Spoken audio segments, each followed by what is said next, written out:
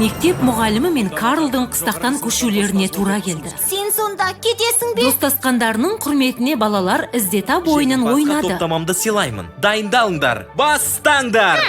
Тереза қарсыластарын алдады, алайда жоспары іске аспады. Қазынамыз қолда. Тереза Карлды жанындай жақсы көретіндіктен, оның топтамасын алғысы келгенін Хайди түсініп қойды. Тұрғанда айтқаның дұрыс. Тоқта!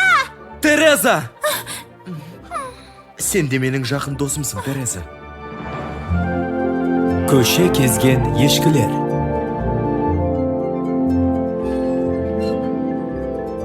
Қане, шығамыз. Табынға қосылатын уақыт бол.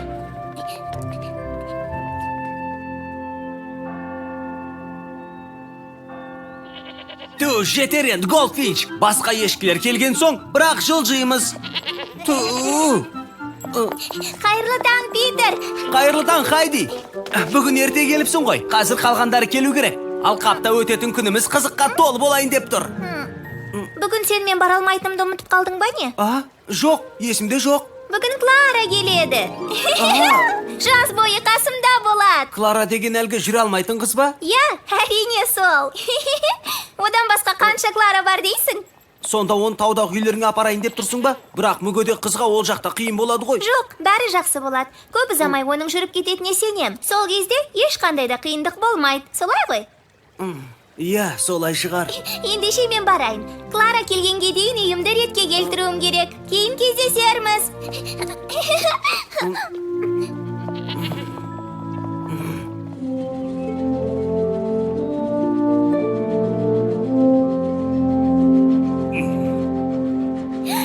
Алдымен пойыз тоқтасын.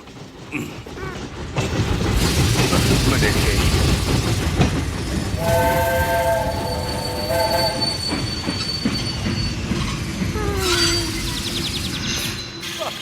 Мына қызды қараңызшы. Қане, Көп рахмет. Міне, келдіңіз. көп рахмет, мырза. Дорфлидегі демалысыңыз сәтті өтсін, ханым. Көп рахмет. Хайди! Хайди! Клара, келгенің үшін сондай қуаныштымын. Мен де, Хайди. Сені қатты сағындым. Дорфлиге қош келдің. Расымен де әдемі екен. Оның аты Чиппи. Сәлеметсің бе, Аделайда? Сәлеметсіз бе, ханым? Тамаша, Аделайда. Франкфуртта үйренген бикешке тән тәртіпті ұмытпағаның жақсы болған екен. Сәлеметсіздер ме? Ата, бұл Клара және Ротенмайя ханым. Клараның тәрбиешісі. Клара және Ротенмайя ханым, қош келдіңіздер. Мен Ротенмайя ханыммын. Кешіріңіз, Ротенмайя ханым. Жылжығанымыз дұрыс, Аделайда. Клараның тынығуы керек. Жарайды, ханым. Бірақ мен шаршаған жоқпын. Пойызда біраз көзіліп алғам. Назар салыңыздар. Дорфлиге тоқтаған пойыз жүруге бет алды. Ту-ту. Ротенмайя ханым, жүктеріңізді маған қалдырыңыз. Рахмет. Қалауыңыз білсін.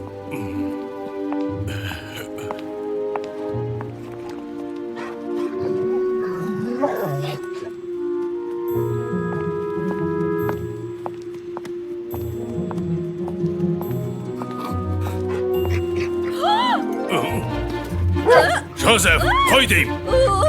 Мұның не? Ей! Жетер!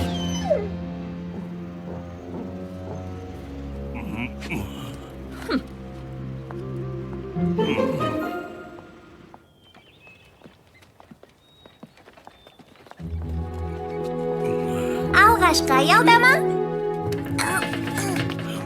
Атамның үйі. Өте үлкен екен. Үйіңіз көз тоярлық екен, мырза. Бүгін осы үйде түнейтін боламыз. Ал ертең таудағы үйге көшеміз. Таудағы үйге ме? Я, ол ана жақта, тау бөктерінде. Бүгін серуендеп қайтамыз. Сол кезде көруіңізге болады. Тауға дейсің бе? Ол жақ Клараға жағат деп ойламаймын. Ол жағын көре жатармыз. Мен барып жүктеріңізді қойып келейін. Хайди екеуміз серуендеуге қажетінің бәрін дайындап қойдық. Бірақ Клараның тынығуы керек. Бұл ол үшін өте маңызды. Оларыңызда әкесі естейтін Ендеше болса? таудағы үйде демалады. Ох,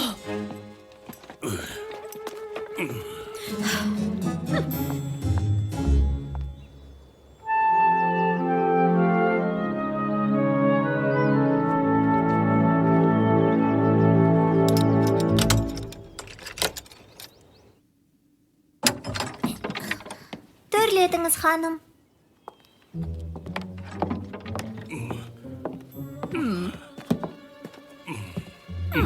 Ұзақ уақыт бос тұрғанның көрінісі.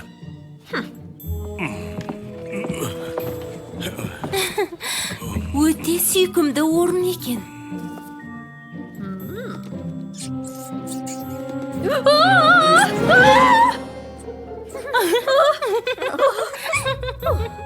Біз жоқта бұл үйді кішкентай тіршілік елдер мекендейді. Енді үйді жақсылап тұрып тазалап шығу керек. ал мен олай ойламаймын. Мырза, біз үшін Клара екеуміздің қыстақта тұрғанымыз дұрыс шығар. Жоқ. Алдымен тамақ ішіп алайық та, сосын сөйлесе жатармыз. Сөйлесудің ешқандай да қажеті жоқ, мырза. Мен Клараның денсаулығына жауаптымын, ал бұл үйіңіз ол үшін қолайсыз екені анық. Алыс сапардан келгендеріңіз жаңа ғана ғой, Ротан Майя ханым. Ең болмаса түскі ас ішіп алайық та. Клараның да қарны ашқан болар. Иә, ашты мырза.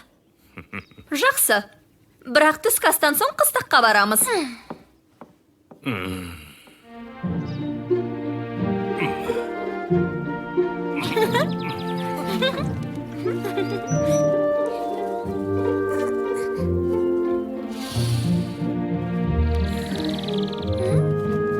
Мынау саған, Клара, тауымыздың әдемі гүлдері.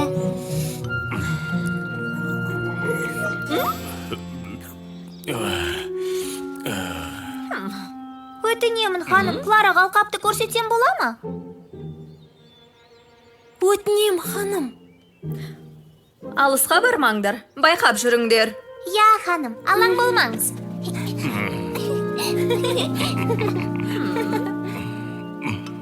Клара өте мейірімді қыз екен. Біздің алқап ұнаған секілді. Тазарту жұмыстарынан кейін үйіңіздің қаншалықты жайлы болатынына қарай ойлану мүмкін. Сыпыртқыңыз бар ма? Әрине. Жаз бойы осында болсам ғой. Бұл жер өте әдемі екен, Хайди. Оның рас әдемі. Бірақ біз үнемі қыстақта тұра алмаймыз. Саған бұл маңнан көрсетер қызықтарым өте көп. Ротан Майя ханым шешімін өзгертеді деп үміттенем. Оның шешімін өзгертуіне ықпал етейік. Қалай?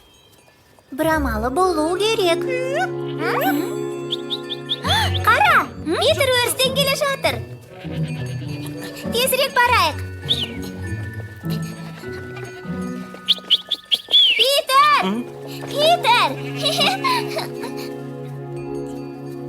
Питер, бұл Клара. Клара, бұл Питер, біздің бақташымыз. Сәлеметсің бе, Питер?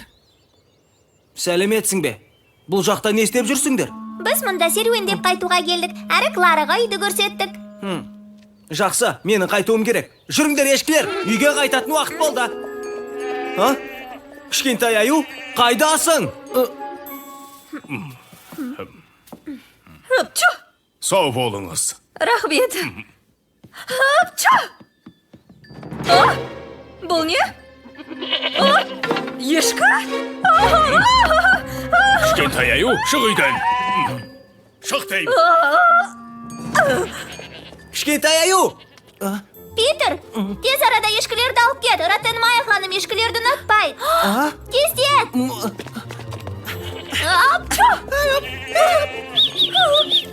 Бер келіңдер! Ешкілер үйдің ішінде?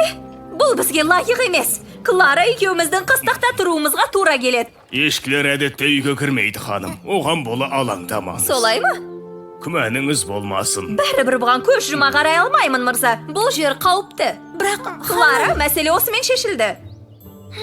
Қыстақта азық-түлік дүкені бар деп үміттенемін.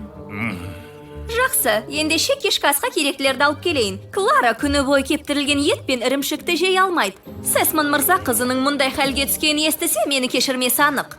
Сен бірге бар, Хайди. Мен үйді бекітіп, Клара мен кішкентай аюды ала барам.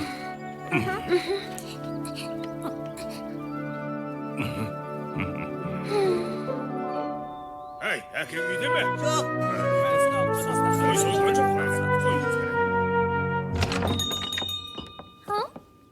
Сәлеметсіз бе Әлда ханым? Бұл Ротенмайя ханым. Бізге Франкфурт қаласынан келді. Франкфурт! Біз үшін сіздей жанды қыстағымызға қонақ ету үлкен мәртебе. Рахмет. Маған кептірілген бадана, бір келі жұмыртқа және керек. Кешірім өтінем, бірақ жұмыртқа таусылып қалды. Таң атысымен келгеніңізде ғой, жұмыртқаны қалағаныңызша алар едіңіз. Тыңдаңыз, күні бойы жол жүріп, келгеніме қарамастан, шаңға толы алқаптарыңызға баруыма тура келді. Сондықтан маған қажет азық-түлікті таусылып қалды дегеніңіз жарамас. Расымен де сен мына ханымды алқапқа апардың ба? Көйлегіңізді былғағаныңыз дұрыс болмады. Франкфуртта тігілген көйлек қой, солай ма? Шіркін, мұндай әдемі көйлектерді Дорфледен таба алсам ғой, тіпті Мейнфилдтен. Біз үшін бәрі арман ғана, ал қаладан мұндай көйлекті алып келу қиынның қиыны. Шынымды айтсам, Дорфлед артта қалған елді мекен деп ойламаппын. Бүгін көріп қатты таңырқап қалдым. Оныңыз рас. Бізде тіпті сабақ беретін мұғалім де жоқ. Мұғалім жоқ? Бұлай болуы мүмкін емес. Мүмкін. Менің кішкентай Терезам енді қалай білім алады деп уайымдап жүрмін. Байғұс қызым, сіз секілді білімді ханым бола алмайтын болды. Ханым, Азығыңыз 3 франк болды. жұмыртқаның болмағаны жарамады. Үйде өзіме деген жұмыртқам бар еді. Қаласаңыз Тереза апарып берсін. Алғысым шексіз. Оқасы жоқ. Күніңіз жақсы етсін, ханым. Сіздікі де. Көмегіңізге рахмет.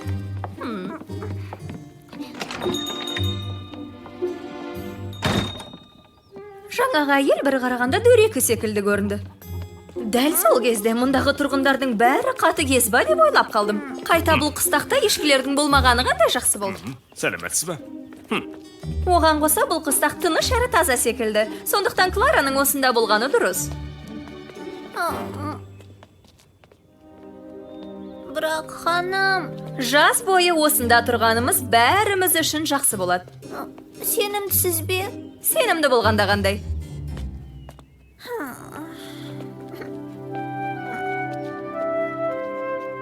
Хайди, енді не істейміз? Ротенмайя ханымның таудағы үйге көшпейтіні анық. Хайди.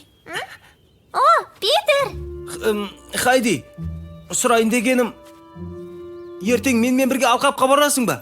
Бара алмаймын, Питер, кешір. Ертең таудағы үйге көшетін болдық. Атама көмектесуім керек. Менің тәрбиешім Ротенмайя ханым қыстақтан басқа ешқайда барғысы келмейді.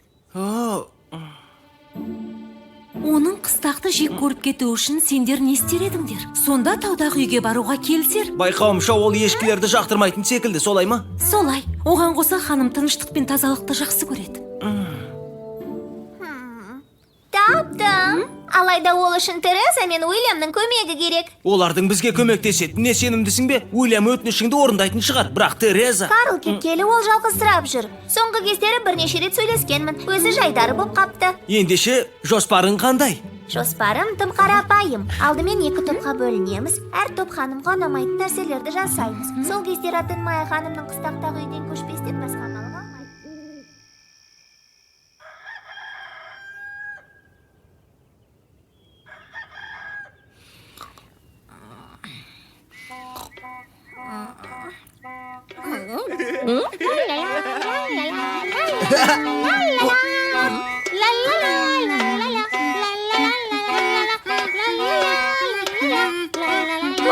Қане, жандарыңның барында доғарыңдар. Дауыстарыңның құлаққа жағымсыз екен байқамайсыңдар ма? Өңкей бетімен кеткен бұзақылар. Осыдан әке шешелеріңді тауып, сазайларыңды бергізбесем.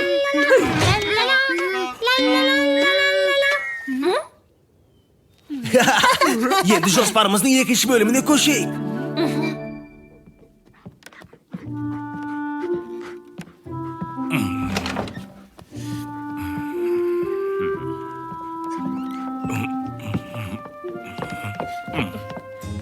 Қазір ғана бұзақылардың аулада шулағандарын естімедіңіз бе? Бұл деген бассыздық қой.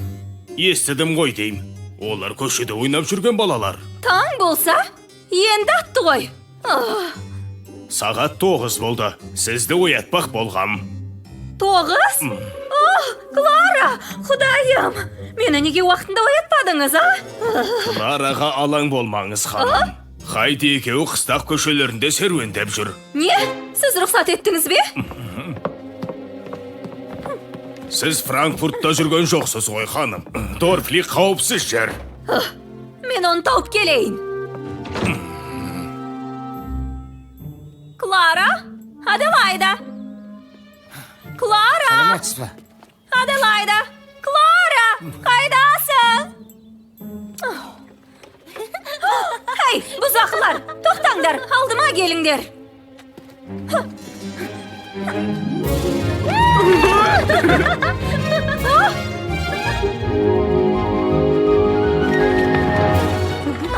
Хей, тоқта деймін.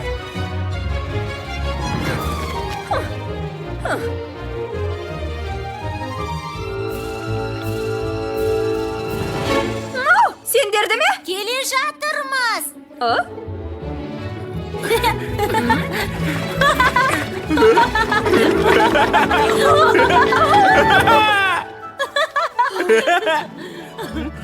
Сендер кімсіңдер? Мына арбаны қайдан алдыңдар?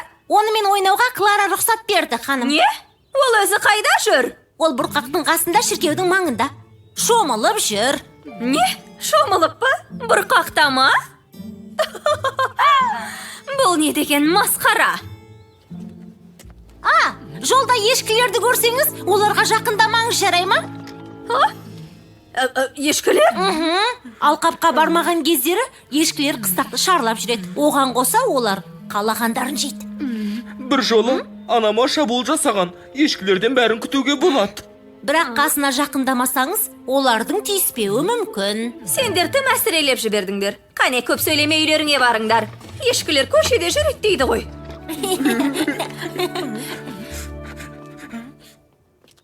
Сонымен, Бәрі жоспардағыдай. тамаша. Енді біздің кезегіміз. Оны қатты шошытпаңдар, жарай ма? Шошытпаймын, Клара. Біз бар болғаны ханымның таудағы үйге көшкенін қалаймыз. Жарайды. Сенің тәрбиешің қорқақ секілді. Клара! Әлгі бұзақлар мені алдап соқты. Аделайда! Қане бара ғой. Клара!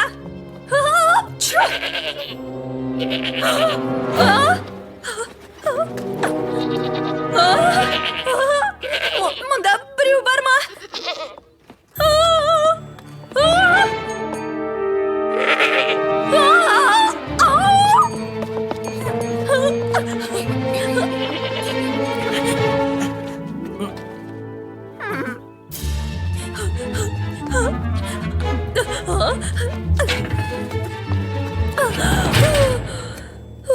Бәрі дұрыс па, ханым? Шошытып жібердіңіз ғой. Маған жаңа ғана ешкілер шабуыл жасады. Ешкілер? Олар көшені шарлап жүр. Жабайы малдар. Мен бұл жерде бір сәтке де қала алмаймын. Сәлеметсіз бе, ханым? Мұнда екенсіңдер ғой. Қайырлы таң, ханым.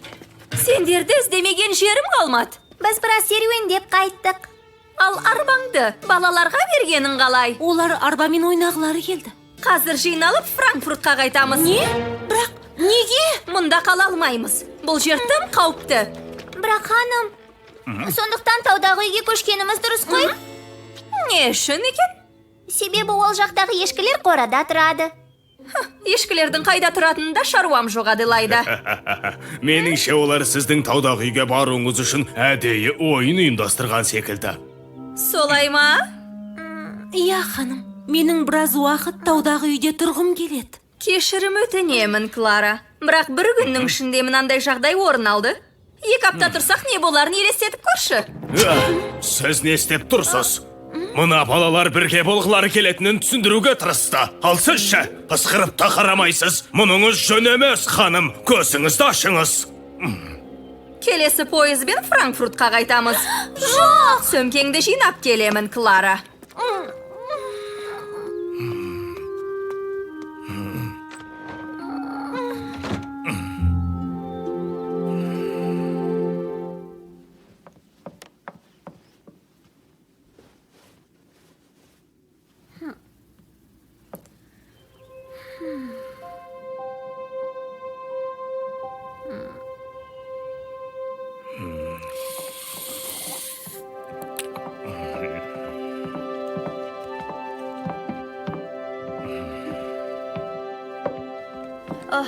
Тезірек қимылдамасақ, күн батқанға дейін таудағы үйіңізге жете алмай қалуымыз мүмкін. Сіздің айтпағыңыз? Иә, көп ойланып осылай шештім. Сіздер дұрыс айтасыздар. Таудың таза ауасы Клараға өте пайдалы. Тамаша! Бірақ менің бір талабым бар. Ешкілердің үйіңізге кірулеріне жол бермеңіз.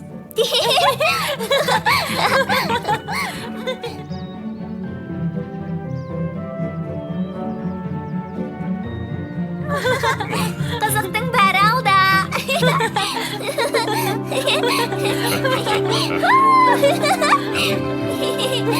Керемет, қой, братан.